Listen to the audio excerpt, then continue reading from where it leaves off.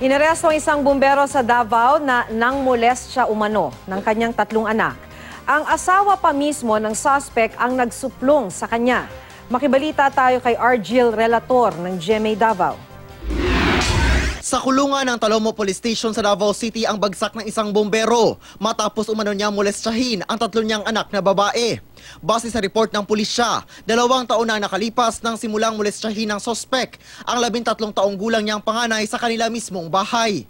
Sunod umanong minolestya ng sospek noong nakaraang taon ang 10 taong gulang na kambal ng mga anak nito. Bago pa man maulit ang insidente, nagpasya ang ina ng mga bata na magsumbong na sa pulisya. Lalo pat may pagkakataong nahuli raw niya sa akto ang mister na minumolestya ang kanilang mga anak.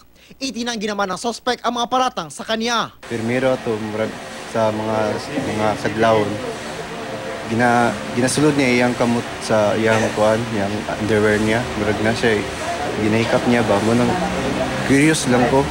Ang gitanaw-ran ako to. Wala ko intensyon nga rapon, wala.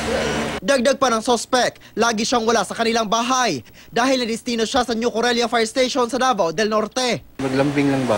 Putob lang po dito diha. Ikinagulat naman ng kasamahang bombero ng sospek ang balita. Wala naman daw kasing bad record ang sospek sa kanila. Wala man so far.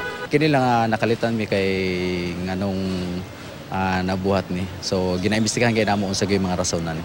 Inihahanda na ang haharaping kasong kriminal at administratibo ng sospek. Kung mapamatudan nato na siya, pwede nato siyang filean og administrative case.